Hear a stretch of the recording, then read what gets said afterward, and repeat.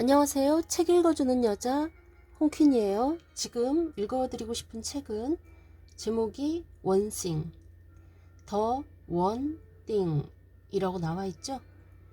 지은이는 게리 켈러, 제이 파파산, 옮긴이는 구세희, 출판사는 비즈니스 북스입니다. 워낙 유명한 책이라 읽어보신 분들 많겠지만 제가 마음에 드는 페이지 조금만 읽어드릴게요. 크게 버리는 일은 위험하다.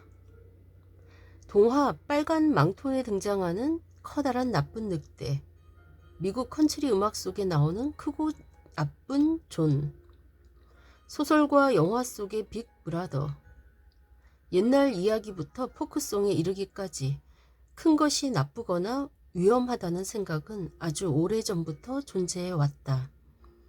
하지만 이것은 사실이 아니다. 큰 것이 위험할 수 있고 위험한 것이 클 수도 있지만 그 둘은 동일한 단어가 아닐 뿐더러 연관되어 있는 단어도 아니다. 큰 것이 위험하다는 말은 거짓이다. 어쩌면 세상에서 가장 심한 거짓말일지도 모른다. 큰 성공을 두려워하면 성공을 피하거나 그것을 이루기 위한 노력을 중단할 수 있기 때문이다. 누가 큰 것을 두려워하는가? 크다는 말과 성과라는 말을 한 문장 속에 넣어 말하면 많은 이들이 반발하거나 도망치려 할 것이다. 크다와 성과를 함께 이야기하면 듣는 사람이 가장 먼저 떠올리는 것은 힘들다, 복잡하다, 시간이 오래 걸린다와 같은 이미지일 것이다. 그들의 의견을 종합해 보면 큰 성과에 이르기까지는 힘들고 복잡한 과정이 필요하다는 정도가 될 것이다. 또한 그들이 느끼는 감정은 위험을 감당하기 버겁고 두렵다 정도일 것이다. 어떤 이유인지는 몰라도 커다란 성공은 자신을 짓누르는 듯한 압박과 스트레스를 가져오고 그런 성공을 추구하다 보면 가족, 친구들과 보낼 시간을 빼앗길 뿐 아니라 결과적으로는 건강까지 잃을 것이라는 두려움이 팽배해 있다.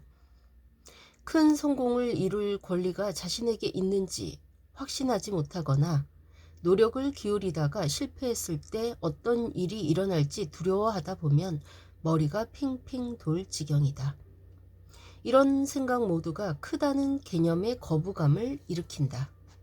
신조어를 하나 만들자면 메가포비아, 큰 것에 대한 비이성적인 두려움이라 할 수 있겠다. 큰 일에는 위험이 따른다는 생각을 가지고 이를 두려워하면 사고의 범위가 점점 작아진다. 궤도를 낮게 잡는 것이 안전하다고 느끼고 지금 이 자리에 그대로 머무는 게 신중한 선택 같기만 하다. 하지만 그건 사실이 아니다. 큰 일을 두려워하면 작은 사고가 당신의 하루를 지배할 것이고 큰 일은 결코 현실이 되지 않는다. 큰 생각이 만들어낸 4억 달러 기업.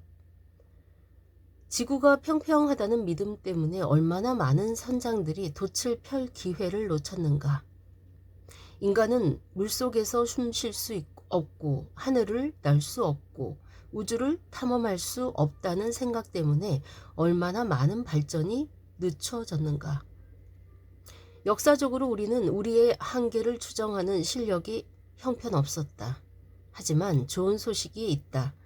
과학은 추측하는 것이 아니라 진보하는 기술이라는 점이다. 당신의 삶도 마찬가지다. 자신의 한계를 아는 사람은 없다. 지도에서는 경계와 한계가 뚜렷할지 몰라도 우리 삶의 경계와 한계는 명확하지 않다. 그런데 왜 자꾸 한계를 지으려 하는가? 예전에 크게 생각하는 것이 정말 현실적이라고 생각하느냐는 질문을 받은 적이 있었다. 나는 잠시 생각에 잠겼다가 이렇게 말했다. 먼저 한 가지 묻겠습니다. 당신은 당신의 한계가 어디까지인지 알고 있나요? 아니요. 그래서 나는 그러면 첫 번째 질문이 필요 없는 것이 아니냐고 대답했다. 닿을 수 있는 궁극적인 천장의 높이가 얼마나 되는지 아는 사람은 아무도 없다. 그러니 그것에 대해 걱정하는 건 시간 낭비일 뿐이다. 누군가가 당신에게 일정 정도 이상의 성공을 거둘 수 없을 거라고 말한다면 어떻게 하겠는가? 절대 닿을 수 없는 한계를 미리 정해두라고 한다면 당신은 어느 수준을 택하겠는가? 높은 것? 아니면 낮은 것? 말 안 해도 그 답은 이미 알리라 생각한다. 이런 상황에 처하면 우리는 모두 같은 일을 할 것이다. 크게 생각하는 것이다. 왜일까? 자신에게 미리 한계를 정해두고 싶어 하지 않기 때문이다. 크게 생각하는 것은 곧 자신이 어떤 사람이 될 수 있는지 생각하는 것이다. 이 개념을 받아들이면 큰 것을 다르게 바라볼 수 있게 된다. 그런 의미에서 큰 것이란 가능성의 도약이라는 말로도 바꿔 이야기할 수 있다. 새로 입사한 인턴 사원이 이사회에 앉은 자신을 상상하는 것이다. 낯선 땅에 방금 도착한 무일푼의 이민자가 성공적인 기업가가 된 자신의 모습을 상상하는 것도 모두 이에 해당한다. 또한 그것은 스스로 익숙하고 편안함을 느끼는 범위를 벗어나게 만드는 대담한 상상인 동시에 당신의 가장 큰 기회를 비춰주는 거울과 같다. 큰 성과를 가능하다고 믿으면 기존과는 다른 질문을 던지게 되고 다른 길을 따르게 되며 새로운 것들을 시도할 수 있게 된다. 그리고 그것들은 다시 지금까지 당신의 머릿속에만 있었던 다양한 가능성들의 문을 열어준다. 사비어 바티아는 전 재산 $250를 손에 쥔 채 미국에 왔지만 그는 혼자가 아니었다. 그에게는 역사상 그 어떤 기업보다도 빠르게 성장하는 회사를 세우겠다는 큰 계획과 믿음이 있었다. 그리고 마침내 그는 해냈다. 한메일을 세운 것이다. 혜성처럼 등장한 한메일을 지켜보던 마이크로소프트는 $4억 돈을 주고 그 회사를 매입했다. 그의 멘토인 파루크 아르자니의 말에 따르면 바티아의 성공은 크게 생각하는 그의 능력과 직접적으로 연관되어 있었다. 내가 만났던 수백 명의 다른 기업가들과 차이점이 있다면 사비어는 어마어마하게 큰 꿈을 꾸었다는 겁니다. 실제로 제품을 만들어내기 전에도 사업을 뒷받침할 자본을 얻기 전에도 그는 수억 달러 상당의 큰 기업을 세우겠다는 확신에 차 있었죠. 그는 실리콘밸리에서 발에 차일 정도로 많은 그저 그런 흔한 기업을 세우지 않을 거라는 굳은 믿음을 가지고 있었습니다. 시간이 흐르면서 난 깨닫게 되었죠. 그가 정말로 해낼 것 같다고.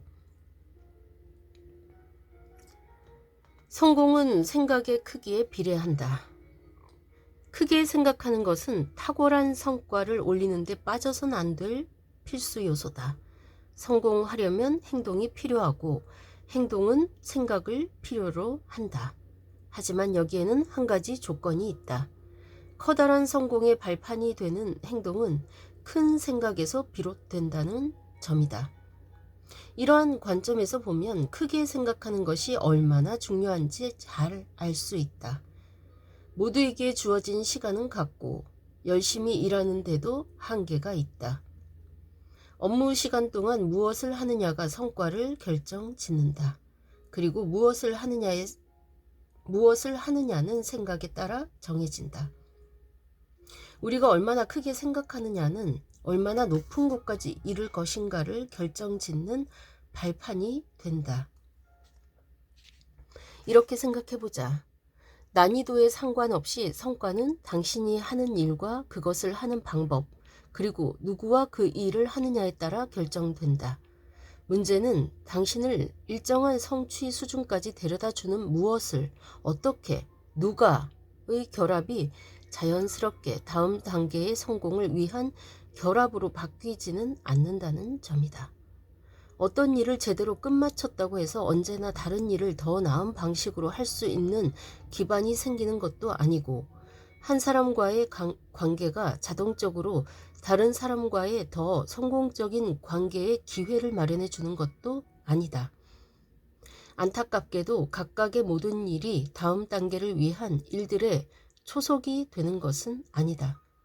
무언가를 한 가지 방법으로 하는 법을 배웠다면, 그리고 맺고 있는 인간관계가 한정적이라면 더 많은 것을 성취하고 싶은 마음이 생기기 전까지는 그것만으로도 충분할 수 있다. 하지만 그때가 되면 비로소 뚫고 올라가기 너무 힘든 인공적인 성취의 천장을 만들어 놓았다는 것을 깨닫게 될 것이다. 사실상 자신을 상자 안에 가두어 둔 셈이다. 하는 일과 일을 하는 방법, 함께 하는 사람들 모두를 생각할 수 있는 최대치로 상상해 보라. 끝을 모를 정도로 큰 상자라면 아마 평생토록 그 어떤 벽에도 부딪히지 않을 것이다. 자신의 커리어나 사업을 재창조하겠다는 사람들의 말을 듣다 보면 자신을 가둔 작은 상자 때문에 그런 결심을 하게 된 경우가 많다.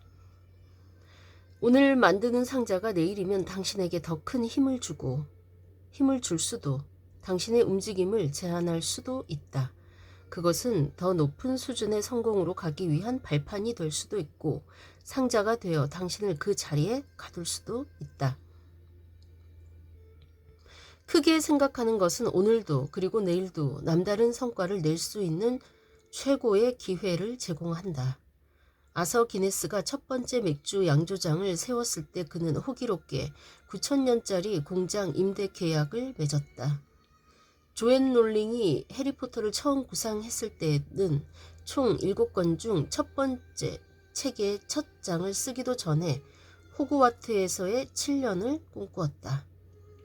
샘 월트는 첫 번째 월마트를 열기 전에 이미 이 사업을 너무나도 크게 구상한 나머지 상속세를 줄이기 위해 미래의 부동산 계획까지 미리 세워야겠다고 생각했다. 그는 크게 되기도 전에 크게 생각함으로써 가족들이 부동산세로 내야 할 돈을 110억에서 130억 달러나 줄여놓았다. 세계에서 가장 큰 기업의 부를 최소한의 세금으로 후손에게 물려준다면 처음부터 크게 생각해야 할 필요가 있는 법이다. 크게 생각하는 것이 사업에만 국한되는 것은 아니다. 캔디스 라이트너는 딸의 음주운전 뺑소니 사고로 목숨을 잃은 뒤 1980년에 음주운전에 맞서는 어머니들 MADD라는 단체를 설립했다. 오늘날 MADD는 30만 명이 넘는 사람들의 목숨을 구했다. 캐나다의 라이언 레작은 선생님에게 물 부족으로 고생하는 사람들의 이야기를 듣고 1998년에 6살의 나이로 아프리카에 깨끗한 물을 주기 위한 운동을 시작했다. 오늘날 그의 단체인 라이언스 웰은 16개국에 75만 명이 넘는 사람들의 생활 환경을 개선하고 위생적이고 안전한 물을 제공하고 있다. 데릭 카용고는 매일 호텔방마다 새로운 비누를 비치하는 것이 얼마나 큰 낭비이고 거기에 어떤 가치가 숨겨져 있는지 깨달았다. 그래서 2009년에 세계 비누 프로젝트를 시작하여 호텔에서 쓰고 남은 비누를 재활용해 21개 국가에 25만 개 이상의 비누를 제공했다.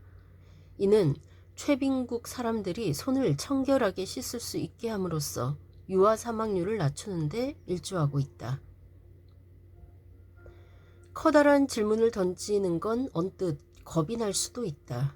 커다란 목표가 처음에는 닿을 수 없는 것처럼 보일 수 있다.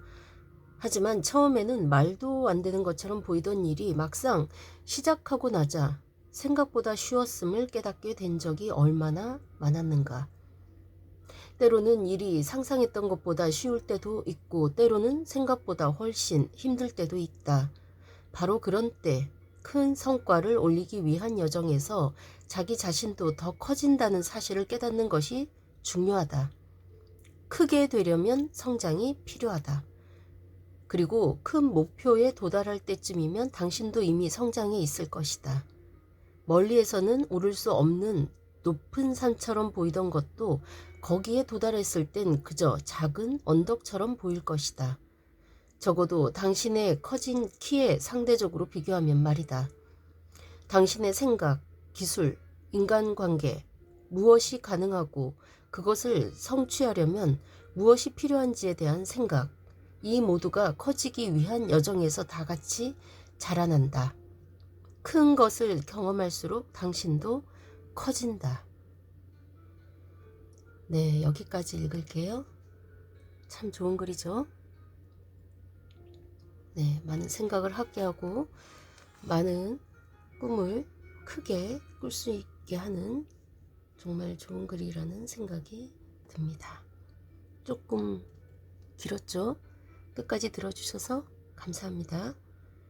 여러분도 큰 꿈을 꾸고 그 꿈이 꼭 이루어지기를 응원합니다. 저도 마찬가지고요. 지금까지 좋은 글 읽어주는 여자 홍퀸이었습니다. 감사합니다.